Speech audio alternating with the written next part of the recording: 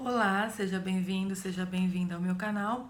Esse é um vídeo do quadro Opinião que eu gravo atendendo a pedidos para explicar a minha posição sobre a recente decisão do STF e a possibilidade de cumprimento ou não provisório da sentença penal condenatória reiterada em segunda instância.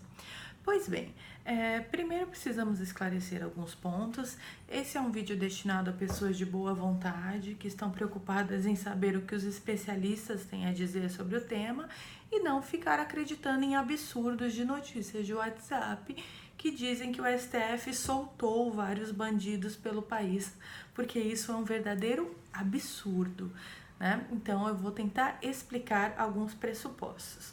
Algumas pessoas também ficam aí carnavalizando, dizendo que o STF cada hora tem uma posição, que nós não temos segurança jurídica, e é a mídia que fomenta esse tipo de posição. Mas a mídia não explica. Às vezes eu imagino que os jornalistas não estão só mal intencionados, que eles realmente não procuram se informar, e nós temos um jornalismo de péssima qualidade no Brasil, porque o jornalista sequer vai estudar o que ele está noticiando. Então vamos lá. O STF, até 2016, tinha uma posição de que ninguém podia começar a cumprir pena antes do trânsito em julgado da sentença. Entre 2016 e 2019, a posição dele foi de que sim, que podia começar a cumprir pena.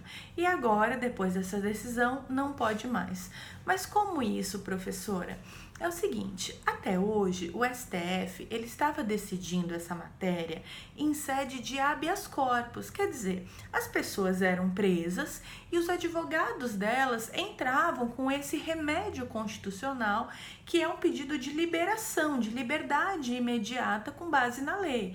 E esse remédio de habeas corpus era apreciado pelo STF quando a autoridade coatora já era o próprio STF, o STJ ou um tribunal já de segunda instância ou nos casos de foro privilegiado. Então, ao apreciar esses habeas corpus, o STF entendeu aí até 2016 que não podia prender, entre 2016 e 2019 que podia prender. E aí, o STF pode fazer isso? Pode, porque em cada um desses HCs ele estava julgando um caso específico. Claro que esse caso se torna um precedente, uma jurisprudência do STF que acaba aí abarcando outras decisões de outras instâncias, quer dizer, outros juízes e desembargadores se sentem confortáveis para manter ou não pessoas presas na medida em que essa é a posição do STF. Mas veja, enquanto o STF estava julgando em sede de habeas corpus, isso é o que nós chamamos de controle de constitucionalidade difuso. São casos específicos em que se aplica ou não a Constituição. Agora, nós temos no Brasil o controle de constitucionalidade concentrado, quer dizer, são ações previstas na nossa Constituição, através das quais nós consultamos diretamente o STF e perguntamos para ele: STF, isto é constitucional? Uma dessas ações é a ação declaratória de constitucionalidade, quando se lança a mão de uma ação para o STF declarar que um dispositivo da legislação infraconstitucional, ou seja, abaixo da Constituição, é constitucional. E foi isso que foi julgado agora pelo STF, uma ação declaratória de constitucionalidade. O STF declarou que o artigo 283 do Código de Processo Penal brasileiro é constitucional. A partir do momento em que o STF decide aí sobre a constitucionalidade de um dispositivo de forma declaratória, essa ação faz coisa julgada. Por quê? Porque só o STF pode declarar a constitucionalidade ou a inconstitucionalidade de algum dispositivo. Ele é a nossa Corte Constitucional. É ele que diz ou não, em última instância, no judiciário, se algo é constitucional ou não no Brasil. A partir do momento que o STF disse que esse artigo é constitucional, essa matéria não vai mais poder ser levada ao judiciário. é coisa julgada. Uma coisa muito, assim, clara para nós que somos juristas, mas que eu vi a mídia noticiando de forma absurda, dizendo que 2 ministros vão se aposentar, o governo Bolsonaro vai nomear 2 novos ministros para o STF durante o mandato do Bolsonaro, e a configuração do STF voltando, essa matéria pode voltar a ser levada para o STF, e aí o cenário será outro, e aí essas vontades, né, de punitivismo vão vencer, fascistoides, etc., né? E a imprensa aí fomentando essa esperança fascistoide da população. Não, veja bem, essa matéria não pode mais voltar. Nunca mais vai se discutir se o artigo 283 da Constituição do CPP é constitucional, percebe? Isso está decidido, em caráter definitivo. E o que diz o artigo 283? Ele diz aí pra gente que ninguém será preso se não em flagrante delito, provisória, preventiva, aí temporária, né, ou pena em caráter definitivo. O que isso quer dizer, professora? O artigo 283 do CPP, ele está dizendo que existem 2 tipos de prisão no Brasil. Nós temos a prisão pena privativa de liberdade. E a pena só pode ser aplicada a uma pessoa condenada, certo? A prisão é uma das modalidades de pena. Nós temos outras penas no nosso ordenamento, como a multa, por exemplo. Mas a prisão é uma pena prevista na nossa Constituição, na nossa legislação infraconstitucional. Só que pena, seja ela multa, prisão, privação de direitos, eu só posso aplicar para uma pessoa condenada. E nós temos um outro tipo de prisão no Brasil, que são as prisões antes da pessoa ser condenada. Em que hipóteses a pessoa pode ser presa sem ser por condenação? Por flagrante, porque ela foi pega em flagrante delito, ou no caso de temporária ou prisão preventiva. Essas 2 prisões, elas cabem em situações em que o réu ou o indiciado, ainda indiciado em inquérito penal, nem ação penal começou ainda, em que esse réu, ele é considerado aí muito perigoso para a sociedade, ele é um criminoso violento e que ele está ameaçando testemunhas, coagindo a vítima, ou que ele está aí atrapalhando o andamento do processo, está causando obstrução de justiça, não está deixando que o processo corra para que ele não seja condenado. Quando há o risco de ele se evadir, quer dizer, fugir da cidade, do estado ou até do país. Então, assim, nós temos prisão antes da condenação. Isso já está previsto, gente, no nosso ordenamento. E quando essa prisão é aplicável, nessas hipóteses, réus perigosos ou indiciados perigosos, ameaçam testemunhas, vítima, processo, corre o risco de fugir, ok? Por quê? Porque privação da liberdade de um ser humano é algo muito drástico, então tem que ter uma justificativa plausível e legalidade. A gente não pode sair prendendo as pessoas por qualquer motivo. Então, como só tem essas hipóteses, o que o STF diz? Que esse artigo é constitucional. E agora ele declarou, então, que nós só temos 2 tipos de prisão no Brasil. Essa que nós chamamos de cautelar, vamos chamar todas essas de cautelar. Flagrante, temporária e preventiva. Que é prisão cautela, para assegurar que se essa pessoa for condenada, ela vai cumprir pena. Ela já está lá presinha para garantir que ela vai cumprir a pena. E temos a prisão pena. A prisão pena eu só aplico para pessoas condenadas. É só isso que o STF disse, tá? E essa ação é declaratória, então fez coisa julgada, ele não se pronuncia mais sobre isso.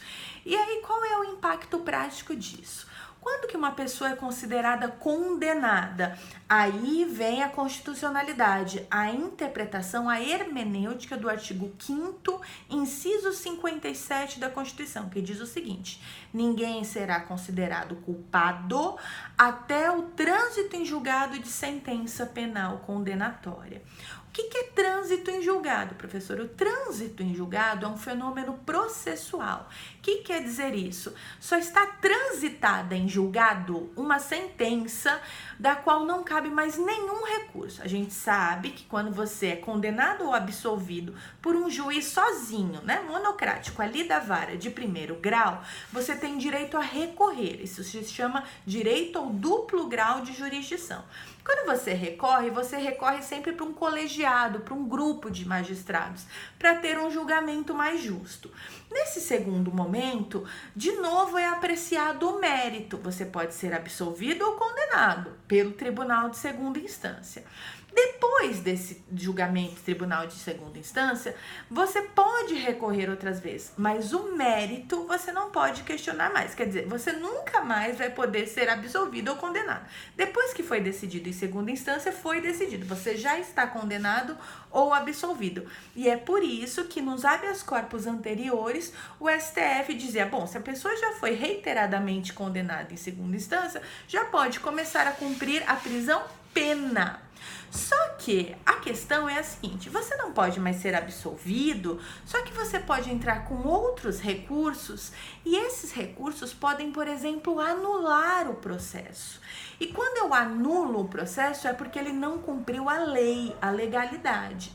Uma pessoa que está condenada por um processo nulo, ou seja, ilegal, que não cumpriu o devido processo legal, essa pessoa também não poderia já estar cumprindo pena, percebe? Porque nós somos a favor, você quer que as pessoas sejam presas, os corruptos, os criminosos e tal. Ok, mas quem que tem que estar preso? Aquela pessoa que teve o direito a um processo justo, a um processo legal. E aí, no fim desse processo legal, a pessoa teve a oportunidade de produzir provas, de se pronunciar, de tentar provar sua inocência. E aí, mesmo assim, ela foi condenada. Aí sim, aí essa pessoa tem que começar a cumprir pena. Essas garantias fundamentais, elas são conquistas que vieram aí na humanidade desde o século XIII na Inglaterra, amadureceram no iluminismo e foi a partir dos séculos XVIII e XIX que elas começaram a ser implementadas no mundo todo. São conquistas das quais a gente não pode abrir mão, porque quando você abre mão de direito ou garantia fundamental, você pensa que está abrindo a mão do direito ou garantia fundamental para aquele seu desafeto. Eu odeio o Lula, então quero que ele fique preso.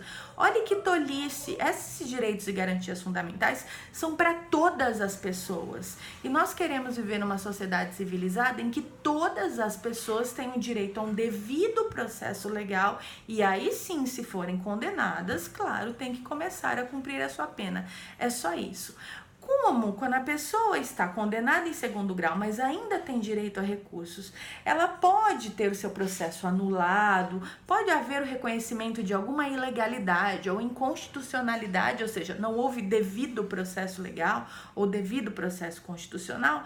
É claro que essa pessoa não pode estar cumprindo pena ainda, né? Por isso que a Constituição impõe, só será considerado culpado após o trânsito em julgado. E o que é a culpa em termos jurídicos?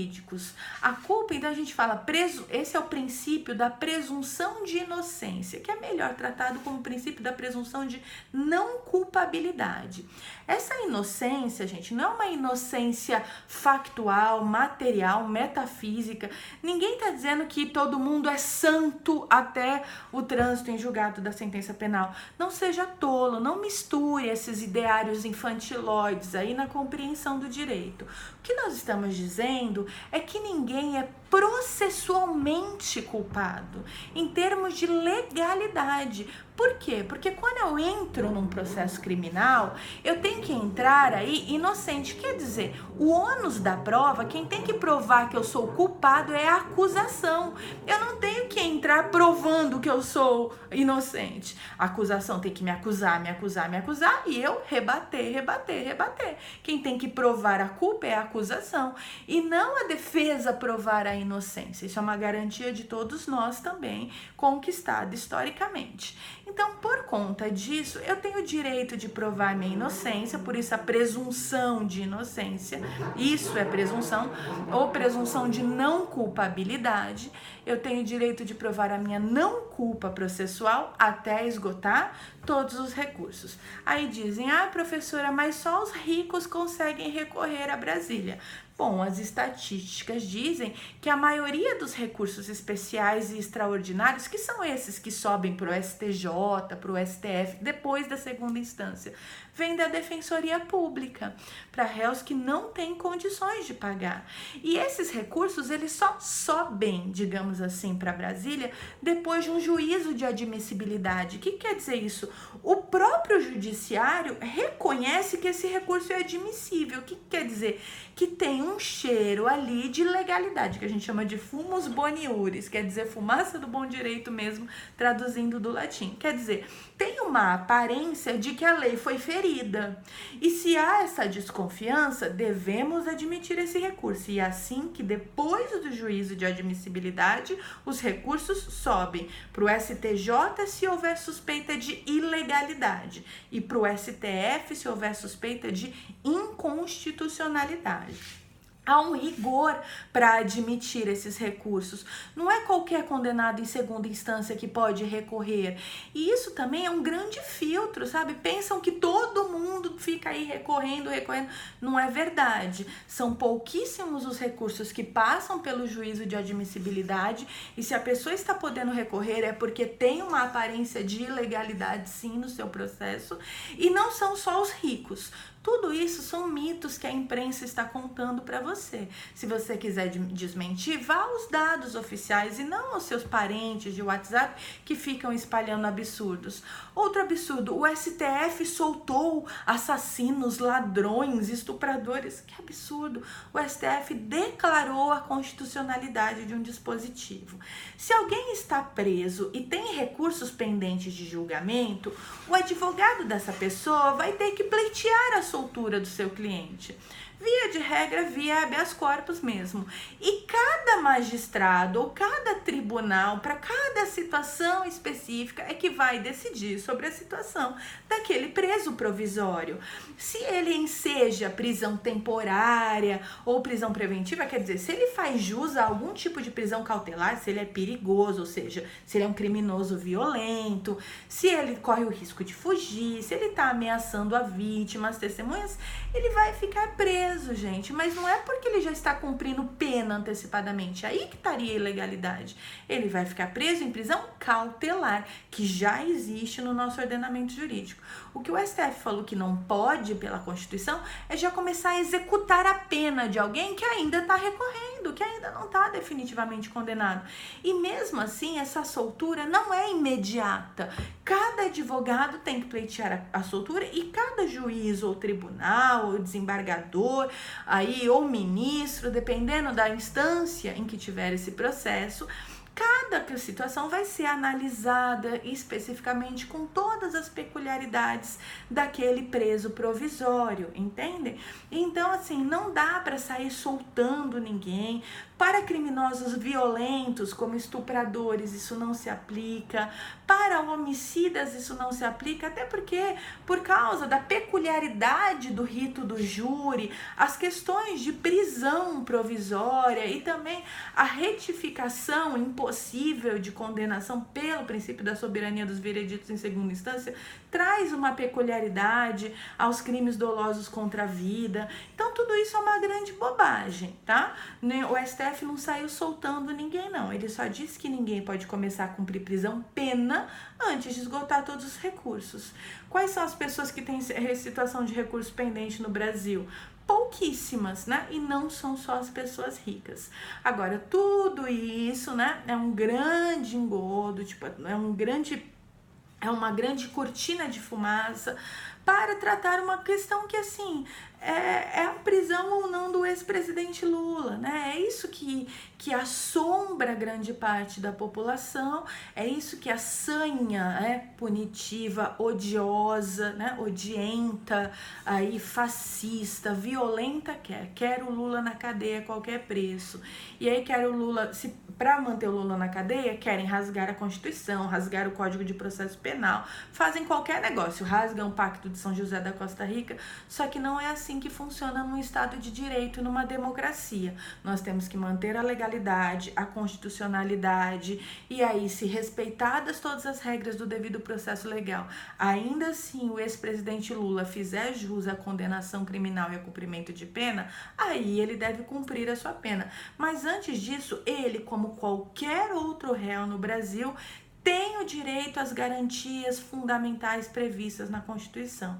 Isso é uma conquista histórica da qual qualquer sociedade civilizada não pode abrir mão. Por isso, essa decisão é histórica do STF e muito acertada, muito bem-vinda. Depois eu posso até gravar um outro vídeo sobre essa proposta de emenda constitucional que está no Congresso, que se residir sobre o artigo 5º, inciso 57 da Constituição, também vai ser apreciado pelo STF, porque direitos individuais são cláusulas pétreas na Constituição. O que quer dizer? Cláusulas de pedra. Não podem ser alteradas nem por emenda constitucional. Nenhum inciso do artigo 5º pode ser apagado da Constituição, nem modificado. Então, se houver uma proposta de emenda constitucional para alterar o artigo 5º, inclusive o princípio da presunção de não culpabilidade, essa proposta de emenda constitucional também deverá ser derrubada, porque ela é inconstitucional. As cláusulas pétreas de pedra não admitem emenda, conserto. Elas ficarão para sempre daquela forma em que foram previstas na Constituição. Também é um grande absurdo desses movimentos fascistoides que ocuparam a nossa política como um todo e um outro engodo à população, porque é algo inadmissível pelo nosso ordenamento jurídico, ainda bem, por enquanto.